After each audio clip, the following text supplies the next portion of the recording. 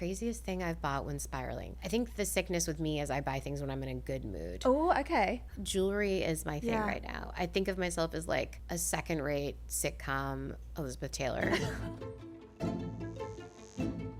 Oh, Mindy Kaling, welcome to One Nightstand. We're thrilled to have you here. This is the only one night stand I've ever done, so this is wonderful. You're first. A very risque total of show that is very wholesome.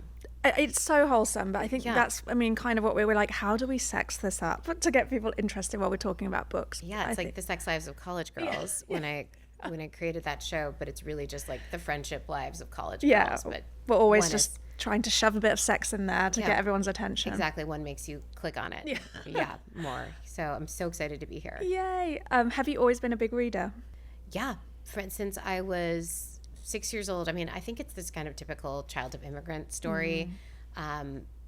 Growing up in the 80s and 90s in suburban Boston, we didn't have nannies or babysitters, but both my parents worked, and so different other things sort of became nannies for us, and it was books. Like I'd go to my mom's OBGYN office and she would just put me in the last room and I could just bring a book or I could stare at the wall. So I just sort of had to become a big reader, and it was good that I loved it so much because I spent a lot of time doing it as a kid. Are there any series in particular that you loved as a kid?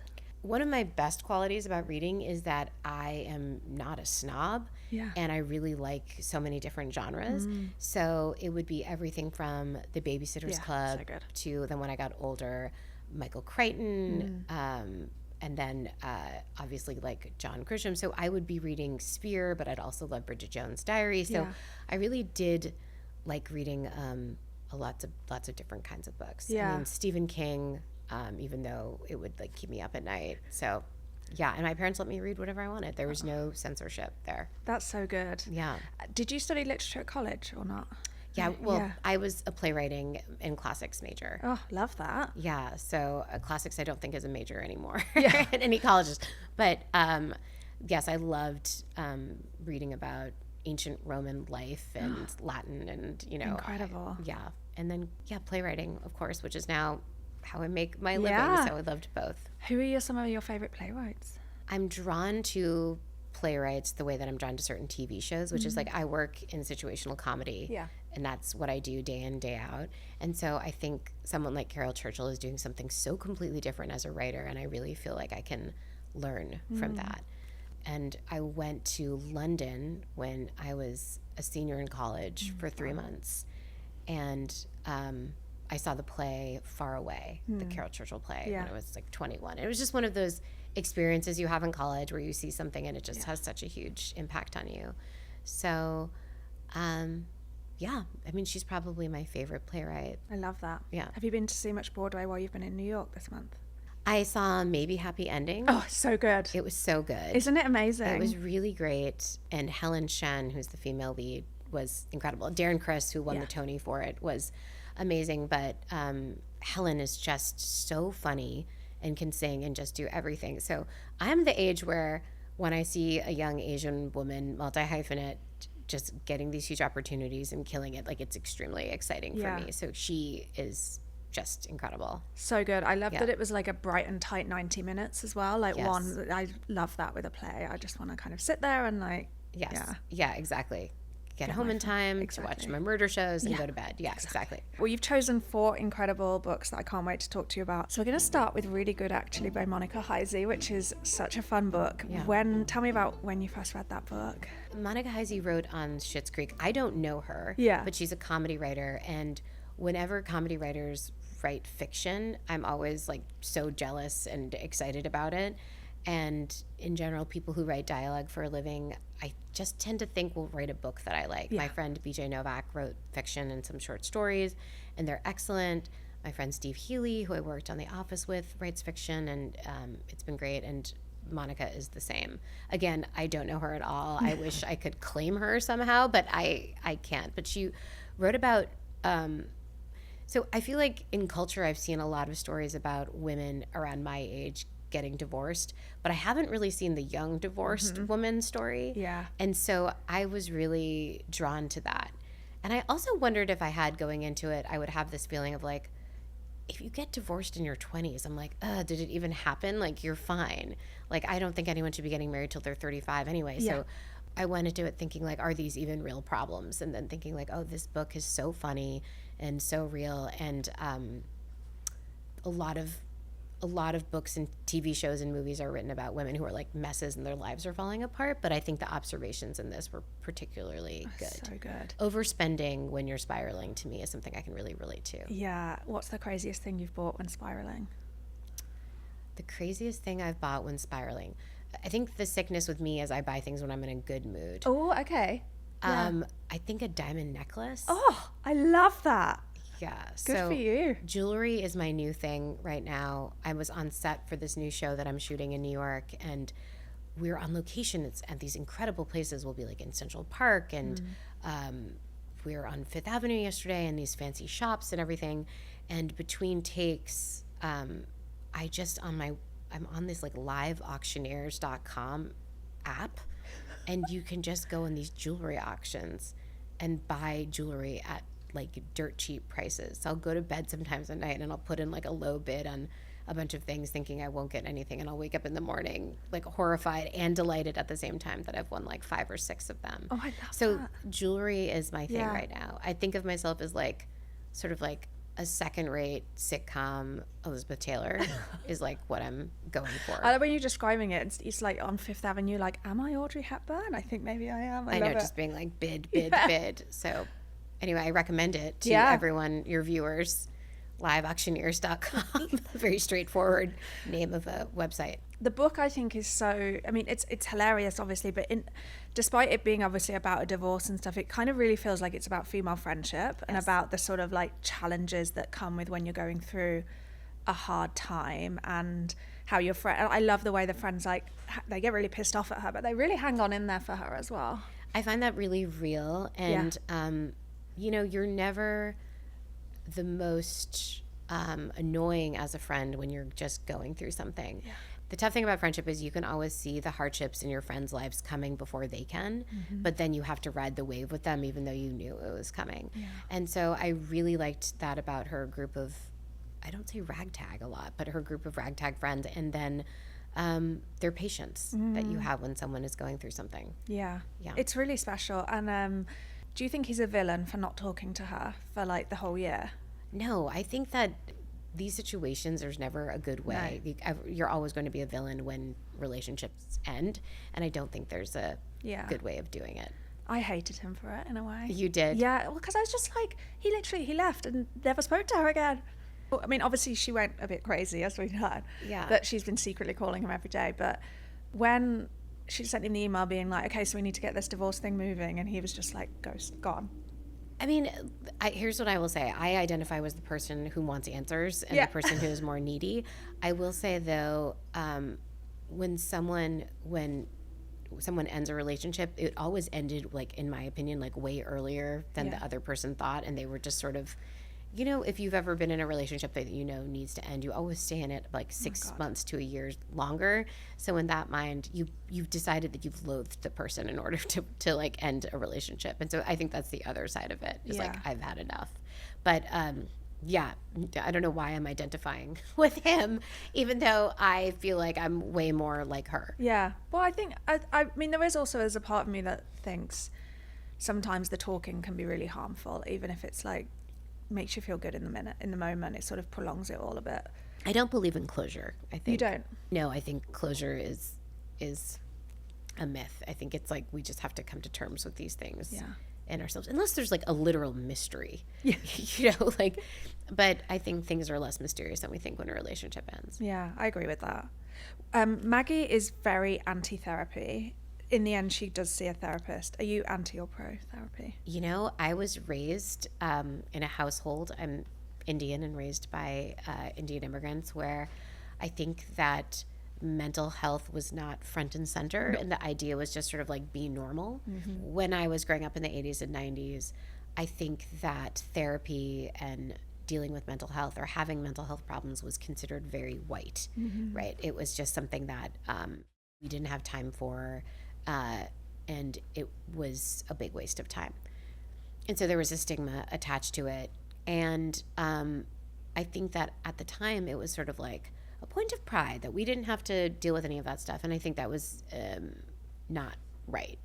And when I did my show, Never Have I Ever, and we deal with this 15-year-old girl who's grieving the loss of her father, she goes to therapy to the chagrin of her mom, and it becomes, it was like her lifeboat. And I loved doing a show about therapy in the South Asian community, especially for a young woman who's like dealing with grief. But I also think you don't need to be dealing with something as huge as divorce or death of a parent in order to get something out of therapy. I've been to therapy during tough times. When things are going well, I am that person that's like, I want to take a break, but that's also normal and fine. So I want to really normalize it. I thought that was a great part of the book. And I want to, normalize it for my kids too. So it's always going to be, I think, in my storytelling, I want to just make that something that people do, like go to the gym or see a trainer and see their therapist. And they're not messed up people or particularly neurotic. They're just taking care of themselves. So I really think it's great. We got my dad to go. He's like a 70-year-old British guy, so you can imagine that was not easy. But we got him to go in his 60s, and he did like a few sessions, and he found it so useful. But it was so funny because he came out to me and he was like, gosh, I had this great conversation. He loved his therapist, this woman. He was telling me all about her, and then he was like, she just said to me, she was like, what would you think if someone else was going through what you were going? And I was like, well, I'd be sympathetic and I wouldn't be hard on them. And I was like, what a great way of thinking about it. And I told my sister after, and we were like, that is the lowest hanging fruit ever. And he was just like, this profound realization. I thought it was so funny. That is savage that your dad is like, I had this really profound revelation. And you're like, Dad, this is so obvious. Well, I just feel like as girls, you sort of like, I feel like we realized that at 13, 14, and he was going on this journey, but I loved it. I mean, I was very proud of him that he was even willing to go. I love that you were able to convince your dad to go. I don't think I could ever convince my father to go. Unless I paid for it. And then he was like, what, you lose money? Okay, well, we can't waste money. Yeah, we got it from the NHS, which was how, he would never have spent money on it. But it was, I think with him, we always frame it as, it would be really helpful for because I'm one of 3 girls, all the women in your life if you went. And he's like, well, of course, I'll do the selfless thing and go then. Did it stick? That's great. And is therapy a big part of your family's culture? No, like complete. I mean, like British. I remember when I was not well at university, I had an eating disorder and everything, and my parents were like, "Oh, crikey! Well, I hope you feel better soon." Oh my gosh! So I was going to say, from my very limited knowledge of the psyche of British people, it does not seem like it would. Not at all. But I think I'm very pro it now. I've had a great experience with therapy, and I think that they can see that for me, and so they are also just open to it. And I think also we have a very both of my parents have had mental health challenges. My mom in particular was very poorly when I was my early teens, and I think as a result we have a very pragmatic, it's like the flu, are you going to take your medicine or not? Wow, that's great. But it's really, I think, just a function of necessity. But yeah, that's amazing. Yeah, but anyway, I thought this book really captures the sort of eye rolling. I mean, and because also sometimes it is funny to be a bit fucked up, which I think she gets at. And so sometimes therapy can be don't cure what makes me interesting. Exactly. Yes, yeah. Exactly. And I think that's kind of what the character in this is sort of dealing with a little bit sometimes. Yeah. I also loved, and this is a theme that also comes up in romantic comedy, the book by Curtis Sittenfeld, which we're talking about next, this idea that she can't quite believe that Simon is into her, and I think it captures that sort of, I think at one point he says to her something like, why can't you just take a compliment? Why can't you let me just compliment you? And she just can't, which I thought was such an interesting theme. That book to me was, I bought it because I love Curtis Sittenfeld and I've read Prep and American Wife, and I just love her. I love her personally too. I've met her a couple times and I love her. And I'll read everything that she writes. That one I made a beeline to buy because the subject material, nobody writes about comedy writers. No. And so, and working at SNL, which is such a mysterious and interesting world for someone like me who lives in LA and writes for sitcoms, and it feels so glamorous.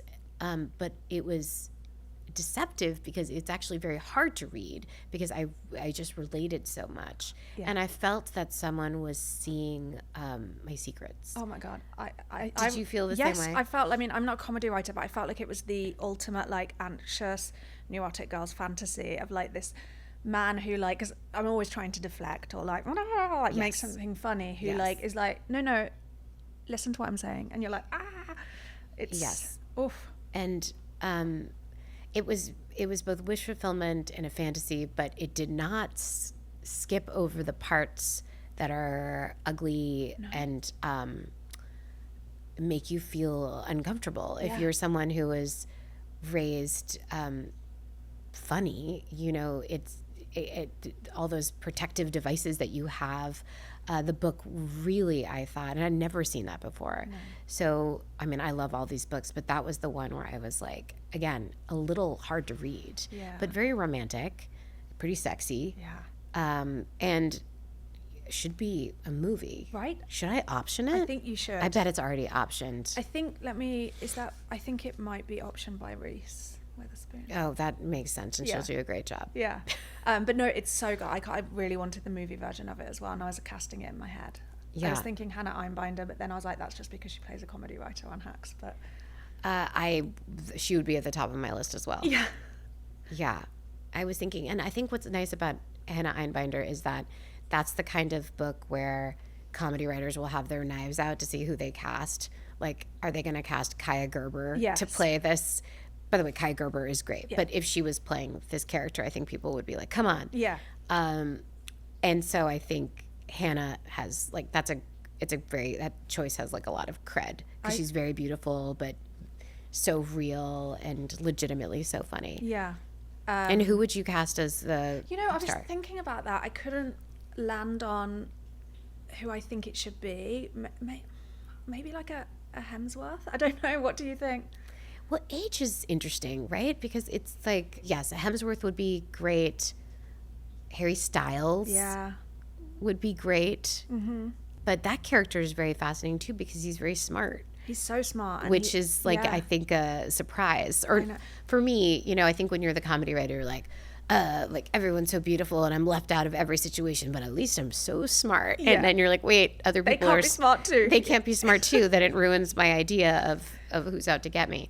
Yeah, but even every little tiny observation about what it's like to be on set, like she really researched this so well. The craft services table, the conversation they have at Crafty that becomes like very deep, and so I can't wait to see that movie. Oh, yeah. Tell me about you nearly were on SNL, but decided not to. Well, I think nearly is a stretch. I auditioned for SNL. Yeah.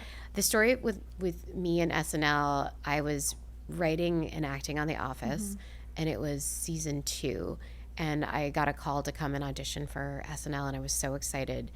And I'm not like this, I'm not like Bill Hader and Jimmy Fallon with like all my impressions. So I went there and I had like an impression of Ben Affleck and not much else because, I don't know, it's just, I was like 24 or 25 and an Indian woman. There's not like a lot of people that I could do impressions of believably. I need to see your Ben that Affleck aren't impression. A famous Indian woman, of whom in 2005 there were not a ton in America. And so I actually take it as a point of pride that young Indian Americans do an impression of me, even though it hurts my feelings. I'm like, well, good. Now you have some material. Yeah. But so I went with very few and very absurd impressions. And when I left, I got a call that it was, so when I auditioned, it was Seth Meyers and Lorne Michaels in the room, and it was just a very empty room. And when I left, they wanted to hire me as a writer and not as an actor.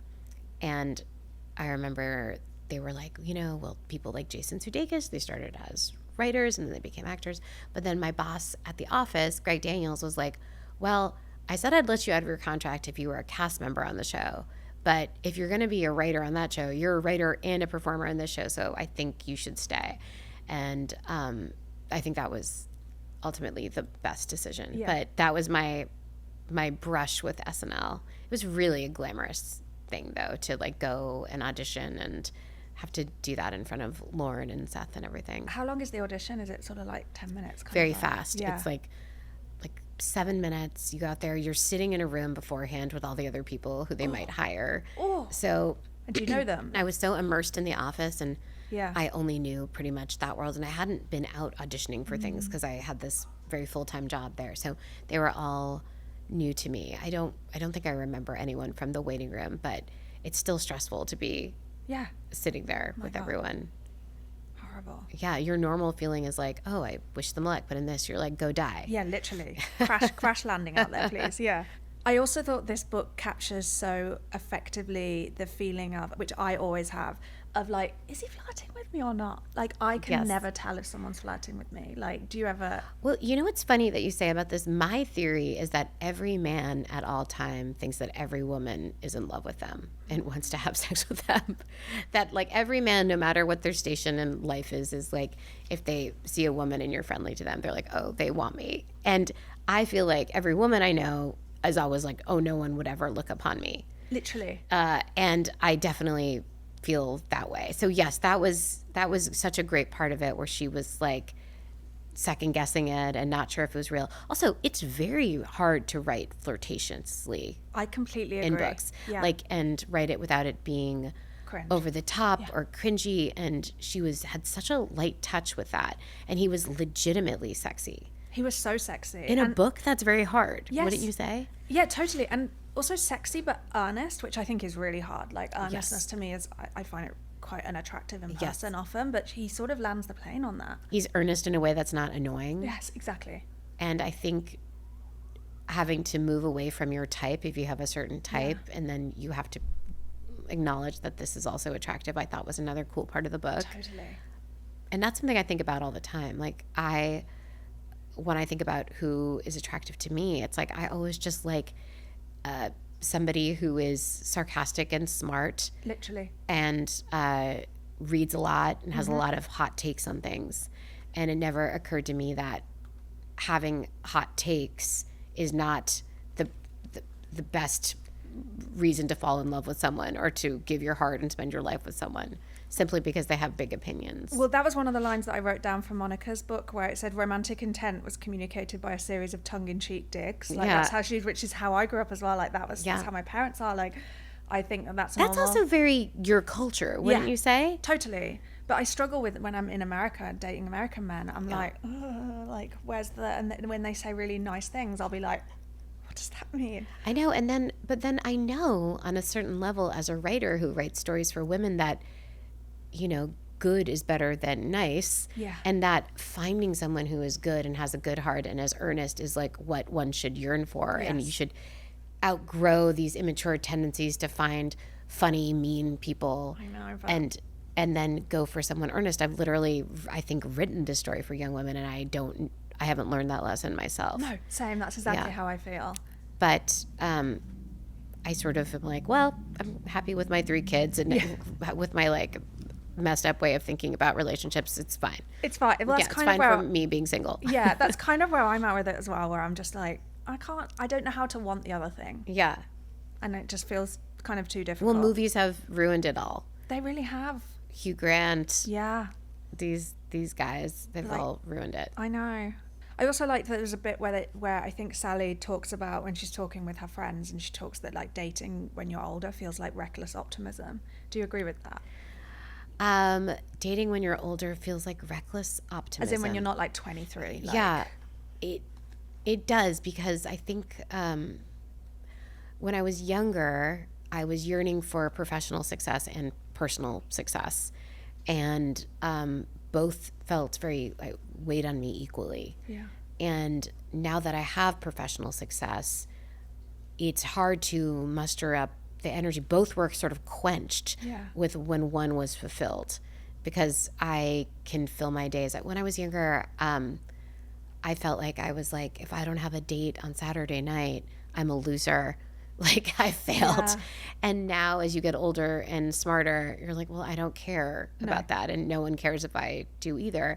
And so to get yourself out there to do that, you do have to be sort of recklessly optimistic. I'm so set in my ways in so many different ways. The idea that you would, but when I was 24, 25, I was malleable. I'm like, oh, you like LCD Sound System? They're my favorite band too. you like this kind of food. I love tapas as well. Yeah. And so, but now you really do have to be sort of recklessly optimistic if you're going to go out there and find someone who will. Yeah. Do you ever use the apps? Have you ever tried the apps or not? I don't go on the apps. One time, once pretty recently, Reese Witherspoon wanted to set me up with somebody, and I didn't even look to see who it was. I was just like, I didn't like laugh in her face because I love her and I love that she was thinking of me in that way. But I just thought, it's not time. But I laughed at the idea of doing my hair and putting on makeup and getting out there. Like, I have 3 kids under the age of 7. So for me to want to leave them, especially when I travel for work a lot, just, you know. That's the other thing, isn't it? When I'm like, do I really want to spend an evening on a speculative exchange with someone who probably wouldn't even be a friend? Oh my God, a speculative exchange probably wouldn't even be a friend. That is awful. It's savage. Like, I can't, if I was as quick as you, I don't think I would, I don't think I'd ever go on a date. But the thing is, it all sounds depressing or anti-men. It doesn't at all. I feel like a very happy life. I work with so many men and I love romance. But it's interesting how you can, all those things can be true and you can decide that you're like, I'm fine. Yeah. I mean, I'm with you. One other thing that I thought was interesting that I wrote down is that, she talks about Sally, the comedy writer, that she's better at using rage and disappointment to fuel creativity, and happiness makes that uneasy. I absolutely, that resonates with me so much. Well, I'm at the point now where the only happiness that I truly register is relief when something doesn't go wrong. Like, when I think of like when I feel happy, it's when I'm like, oh my God, we got through customs on the way to JFK with my kids. We got through it okay, like, relieved. And then I was like, oh, that was really happy. Yeah. But happiness just is like a feeling of like, it's not comfortable. No. I don't acknowledge it. That's really interesting. We have an episode with Brittany Snow going live today, and one of the books she recommended was Are You Mad at Me? By a therapist called Meg and Nicholson. I hope I've got that right. And in that, she talks about how if you're a perfectionist and were sort of raised in this sort of like environment where you had to be perfect in order to be sort of succeed, to always feel safe, like if perfectionism made you feel safe, this idea that when things go really well, you actually don't feel pride, you feel relief. And she talked about that in the context of The Hunting Wives. Yeah, because she was saying that people keep asking her like, oh my God, does it feel amazing? Well done, the shows are great. And she's like, I just feel relief. She's like, I don't feel like that pride, it's just pure relief, which I thought was really interesting, kind of what you're describing. Okay, so I should read that book. That's a great title for a book too. I know, right? Because that is that recurring thing of like, oh my God, are they mad? It gives you that hypervigilance of always trying to smooth the edges of everything. Yeah. One other thing that I thought was funny is Sally talks about receiving like family feedback in emails. Do your family ever give you feedback on your projects? My late mother would have a lot of feedback. My dad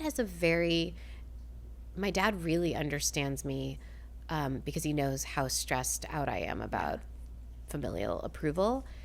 And so he really keeps it to himself.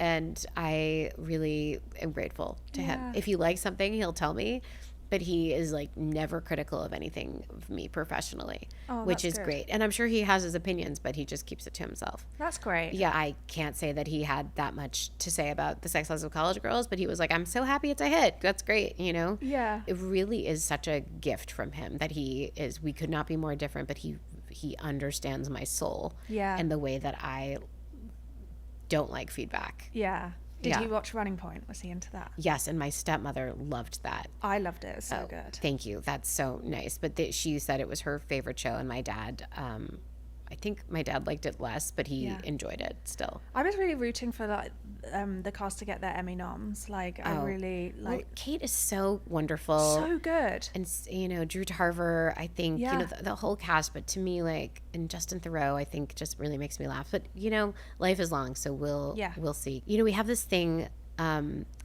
when you are a star of a sitcom, which is like you come in and you're not just acting your part and then like having a laugh and a bite to eat and then going home. Like you're the comedy engine for the day, right? And I learned this when I did the Mindy Project after watching Steve Carrell. But I saw it when I watched Steve be the star of The Office, that like every day he went home exhausted, like thrilled but exhausted, because you come in and you're not just the person with the most lines, you're the person who's like the lifter of energy for this entire cast. And I learned that when I did the Mindy Project, and every day I would come home and I felt like I'd run 26 miles. Wow. And we'd shoot like 6 or 7 pages. It doesn't seem that much, but you have to enter each room with like a ton of energy and throw it to other people and lift their energy. And everyone is like there at 6 o'clock in the morning and missing their families and kind of hungry or hungover. And you're like, guess what? I'm breaking you out of that. And Kate does that. Yeah.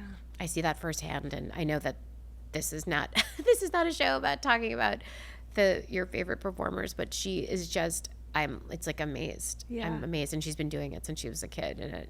And she comes from obviously her parents taught her well too, but like that's all you want as a show creator, someone who comes in and they're just like, I'm the comedy engine of this. I know what my job is. I love that. She's also such charisma on screen as well. Like when you watch her, you're just like, she's such charisma. I mean, it's different than just beauty too, yes, because she's very beautiful. No, it's different. When I told people that I was doing a new show and that we just cast Kate, all my friends, whether they were friends from the industry, friends from home, my stepmother, my stepmother's friends, they're all like, we're obsessed with her. And I loved her. I really loved her and admired her as an actress, but I was like, what is this? And they're like, she just seems like she has such a fun life. Yeah. You know what I mean? She like dated rock stars, is a performer herself, like has 3 kids, and like they all have really cool names, and she's best friends with her brother. And I'm like, yeah, you're right. Like totally. She's this total like California, like uninhibited. Like she is a little neurotic, but she doesn't lead with that. Yeah. And so I've learned a lot. Yeah, that's amazing. I always just think she always looks great when she's like walking. I know that sounds stupid, but you know when someone can make like walking in a scene and you're like, where are they going? Like that's not an easy thing to do. No, I totally know what you mean. She has an urgency. She's actually, in some ways, she's sort of the opposite of Sally. Yes. You know, and I bet Sally would have a very funny take about someone like Kate Hudson. But I feel lucky I've gotten to know her because I would definitely have thought she was very different. Yeah, I love that. Yeah. Well, your third book, which is a book that is published under your imprint, Mindy's Book Studio, is Yours for the Season by Uzma Jalaluddin. Tell me about this book because I loved it. So Uzma, she loves romantic comedies, and she has made it her life's mission to write romantic comedies about South Asian characters, Muslim characters, and put them in traditional romantic storylines, which I think is amazing. We have another book with her, which we're adapting into a movie. And she, if you talk to her as a writer, she is obsessed with Sleepless in Seattle. She loves You've Got Mail. And she has these like sort of delightfully mainstream sources of inspiration. And so I just love her. Yeah, she's so amazing. And there were so many lines that the sort of like the cultural conversations, and when she talks to her parents and says, you know, I for a long time I felt like your love was conditional, and the resolution, it's really sort of satisfying. Like she really, the ending and the sort of, she sort of wraps it all up so nicely. Well, what I like about the themes in all of her books, even the ones that are romantic, are to me, I feel like she always talks about the individuality versus loyalty to your family. Yes, and exactly. familial expectation. And I think that if you're an immigrant from any culture, I think that will like really resonate with you. And also in our community, romantic love is something that is celebrated, and getting married is so important in finding a person, but it's also, there's some shame attached to it as well, you know, particularly like women and desire. And so I really like that she's writing about these things in a way that's palatable for like many communities, including ours. Totally. It's also relatable and yet singular, and sort of, I think, it's really incredible. And tell me a little bit about your imprint and what your sort of the goals are there. Okay, well, Amazon came to me and said, hey, would you be interested in doing an imprint with writers that you can pick all of the authors yourself and meet them, and they can all be like women of color and women from sort of backgrounds that you think are fascinating or underrepresented. And the kinds of books that I want to read are those kinds of women writing stories that are like romantic, about murder, and page turners. Yes. I mean, you can see from the the books that I've gotten here. So that's what we would look for, page turners. Yeah. And the authors, if you looked at all the authors, like you'll see sort of a similarity from backgrounds. And that was by design. Yeah, I love that. I also read I'll Follow You by Charlene Wang. Yes. That's You also read I'll Follow You? Yeah, because before you sent your books over, I was like, I'll just read this. They've sent it to me. I loved it. It's so fun. Yeah, so much backstabbing. Oh my gosh. It's but also so good.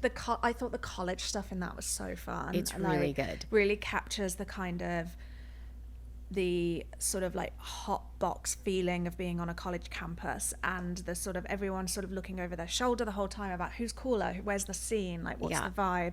I thought it captured that so brilliantly. Yeah, I love books that follow characters from college and how it never really leaves you. No, like totally. I'm always thinking about slights from college and what people said to me in college, more even than high school. Really? And how it affects my relationships now. Yeah. I think it's because unlike high school, you're living with these people, and it's the first time you're really doing that. And I think when you're that young, I never went to sleepaway summer camp or anything, but when I met all my friends in college, I was as vulnerable with them as I was with my family because I didn't know any other way of being. Yeah. Like I was like, okay, I'll just be as open with you, but they're not your family.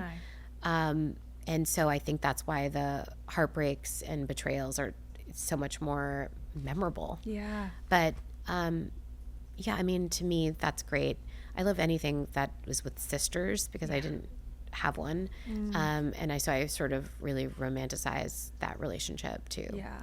No, there's the relationship in Yours for the Season between Samira and her sister is so lovely. The sister's like when she's far away in England, and they really just have each other's back. It's really lovely.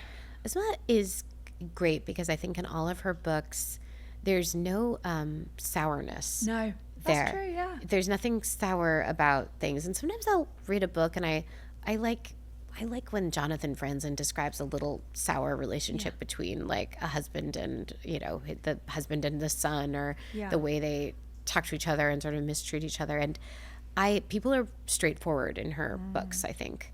Yeah. It's not that they're not sarcastic and passionate and disagree, but I think that her worldview is really reflected in her books, which is that people are sort of inherently good and just kind of misunderstood. I completely agree. And like even the bits where there's a bit in that book where she's talking to Tom, the guy that she's interested in, and he's like being like, well, you'd never fancy me. And she was like, oh, come on, you're attractive, Tom, kind of thing. And even that doesn't feel like sort of too eye-rolly. She sort of like, she describes it as grumbling, which I think is really like sweet. It's all very sweet. It's very sweet. Yeah. How far are you in the adapting process for her other book? The script is done. Oh, great. The script is amazing. She's on board as a producer. Great. And so, yeah, we're just like waiting to see what happens now. But I love the script. I could see it's, the great thing about a movie like that is inherently, I think you would be discovering talent, which is something that really excites me when I think about shows like Never Have I Ever or College Girls. It's like finding a lot of young people through literal open casting calls. And with that, with Hana Khan Carries On, it would be pretty much an all South Asian cast, and it would be, and they're all like a lot of young people. So I think we would be discovering a lot of new talent. So I really hope that goes. Yeah. Oh, I love that. That's exciting. Well, your fourth book, talking of sisters, is My Sister the Serial Killer by Oyinkan Braithwaite. I read this book a few years ago when it came out, but tell me about your love for it. Okay, so this is the outlier, I think, of the books, wouldn't you say? Yeah, I think, yes. So my parents met in Lagos, Nigeria, and it's always been a very mysterious place to me because they met there and then they got married there, and then they moved to the United States. And even though they've had some of their formative experiences there and they both spend 7 to 8 years, they have never brought us back there. And so whenever I can read stories about Lagos and everything, I find it fascinating. And I thought it was such a great backdrop for this like noirish novel. And the story is just so unusual. This relationship between these sisters. The younger sister is so funny. The writing is incredibly deadpan, very unusual. And again, I love murder. So I am obsessed with sisterhood and murder. And it's funny, but in a very different way than the other books are. And so I loved it. And the cultural specificity of Lagos really made it very different than anything else out there. I thought also it's so fun the way she captures the way that men are hypnotized by her sister being attractive for reasons they can't understand. And even like her friend, the doctor, who she thinks is as smart as interesting, she's like, what do you like about her? And he's like, she's just so special. And she's like, yeah, I really felt like I related to that character. And I, even though I don't relate at all to Ayoola, I thought that was such a fun creation of like, I loved the idea. I think I feel like I'm the youngest, but I feel like a big sister.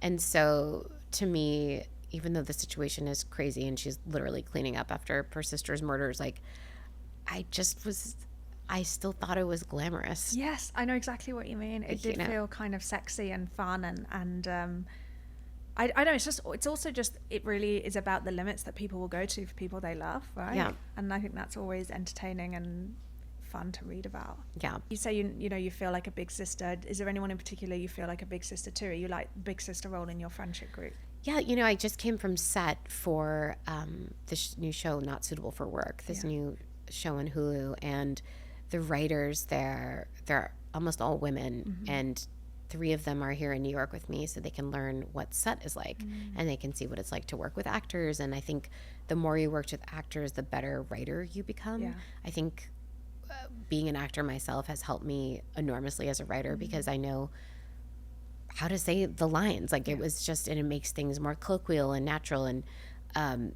so to be with the writers there, they're all younger than me. They're very different from each other. So they've just been with me, like we do these 12, 14-hour days in New York City. And so they sit with me at Video Village. We have our little chair set up there. And so they feel like my little sisters. Yeah. I actually think this desire for sisterhood, like a literal sisterhood, has made, has kind of leaked into my professiontal life because I feel I'm sort of mimic these relationships over and over again where I have younger women, they either started as my assistant or a writer's assistant, and then they work their way up and become writers on my shows. I love that. And so going into these writers' rooms, it's so much more fun to have these people that I have this history with. Yeah. And also, unlike a sister who you don't pay because I employ a lot of them, they have to listen to me. So that's always really nice. The younger female writers are the most passionate. And when they see something that's not correct or it just bothers them and they can't sit and if something feels insincere or not cool, like they have so much passion and sometimes it's like kind of a lot actually, and they're like, we have to change this and I am inspired by that. Yeah. And again, it can be very tiring, but I also think it's great. And it's what makes my shows, which are predominantly about young women, better. Yeah, I completely agree. I actually really loved it in Monica's book where she talks about how, and her friends don't like it, but she's like, nothing matters, nothing lasts forever. Like, I feel like as I've got older, I've got more like that in a way that I feel is quite empowering. Yeah. But then when you work with young people who are so passionate about every detail, it is quite like inspiring to remember what it's like. That's so true, because I've made so many episodes of TV that I'm like, they can't all be winners. Like every episode, right? You do 22 episodes of The Office, and every once in a while you're going to have an episode that you're not the biggest fan of because they got to just churn them out. Yeah. And it's for these people where it's the first TV show they worked on, the first episode of TV their name has been on, they care. And what I love about these young women is that they don't have a sense of like, oh, like, I don't want to tell Mindy this because, like, I don't want to seem impertinent or whatever. They're just, like, loudly telling me exactly how they feel, and I really like it. And I used to be that way when I was younger. So, I love how much integrity they have. So that's brilliant. Yeah, it's really fun. Talking about The Office and some winners, some not, do you have a favorite episode? My favorite episode of The Office is early. I really loved the episode Diversity Day, and the reason I love it, it's written by BJ Novak, and I think he's written episodes after that might even be funnier. But what I loved about that is that it really set the tone of the way the show was going to be. Mm-hmm. It's the second episode, and I felt like he really helped us in the writer's room because the episode we shot was very close to the episode he wrote, and it just sort of said, like, this is how our show is going to be different than the British Office, which we all revered and think is perfect. And we're like, well, this is how we could do something new. And so I always love that episode because, not only is it funny, but I think it really it really steered us in a direction, and then it affected every episode afterwards. You mentioned the sort of like process of giving sort of feedback and stuff with your book studio. Do you give feedback on the books, or do you leave that to the editors? Like, how does that work? To me, my role, just because of the different shows that I have and movies and other books that I'm working on, to me, I find a book when it's like kind of done already, and I'm grateful to this. I don't have to go through the editorial process with people. They've already done it. So I'm finding books that are fully formed books, and just helping them at the very end do like cover art, and then, you know, I try to pick things selfishly that feel cinematic, that could be turned into something else. Because who doesn't love? Oh, exactly. I love an adaptation. Yeah, adapted into a miniseries or a movie, and so and I love not being the person that has to call up an author and be like, well, I have all these problems. Yeah, no, I just like being the person that's like, I loved it, and I'd love to talk about it. Yeah. When you think about sort of when you described earlier that you become a better writer with working with actors, what does that look like? What did you learn specifically? The biggest thing I've learned with working with actors on set and spending so much time with them is their cadences and how to write things that, this is going to sound so simple and obvious, but just that they can say easily, you know, and that's in their voice. I think a lot of times, especially in comedy, you like writing is king and jokes are king, and you want the writing to be the star.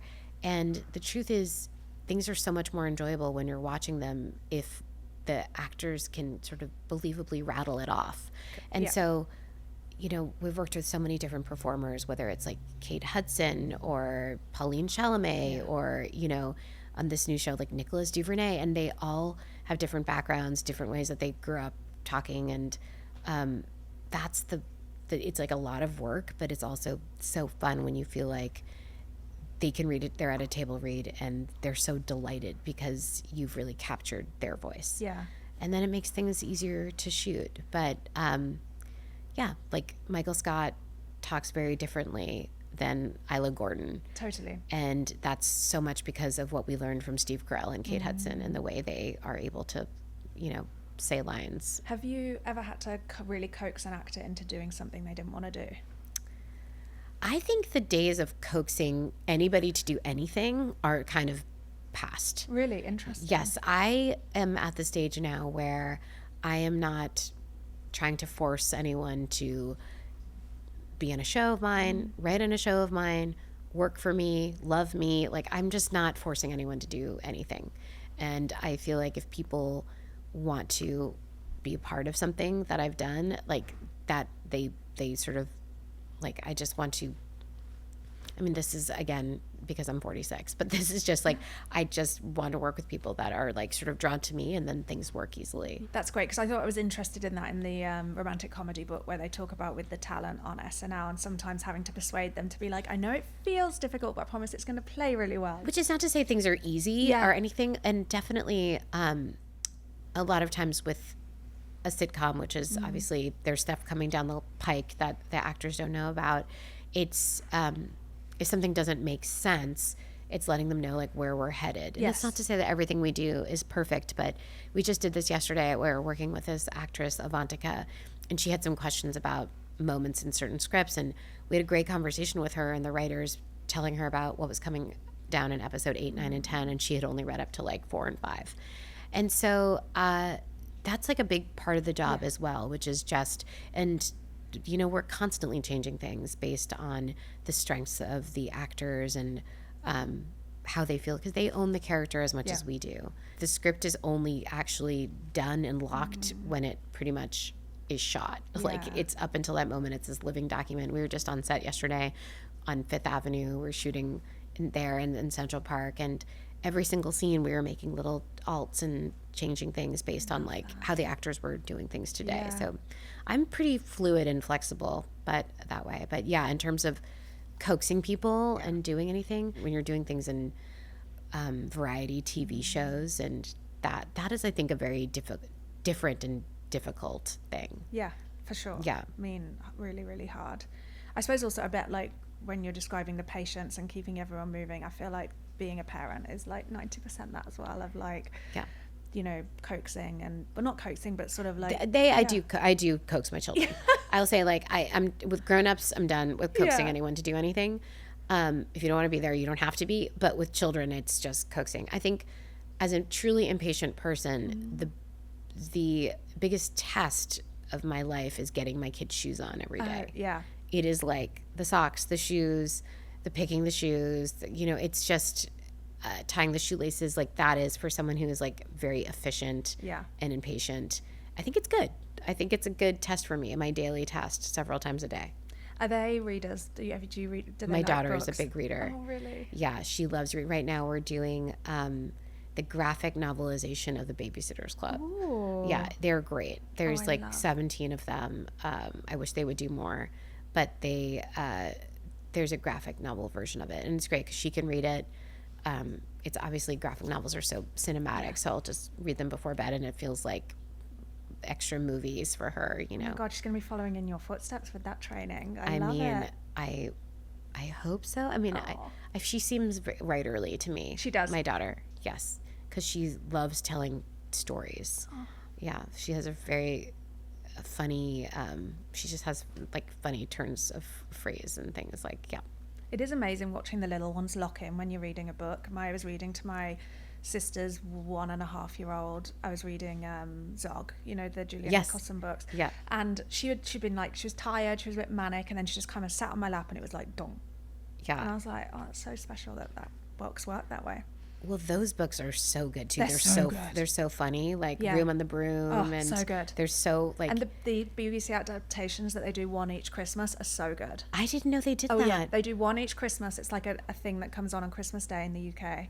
What? And they're these very calming, quiet, like The Snail and the Whale. They've done the Gruffalo, all of them. It's so good. Oh my gosh, Gruffalo is so fun. Oh, it's so good. Then that shrewd little mouse. Yes. Wait, so I wonder if we can see them over here. I'm sure you can. I bet they're on YouTube somewhere or on Netflix or whatever. Wow. So she is a national treasure. Oh, enormously so. Those are incredible. They really are. Well, thank you so much, Mindy, for doing this. Thank you.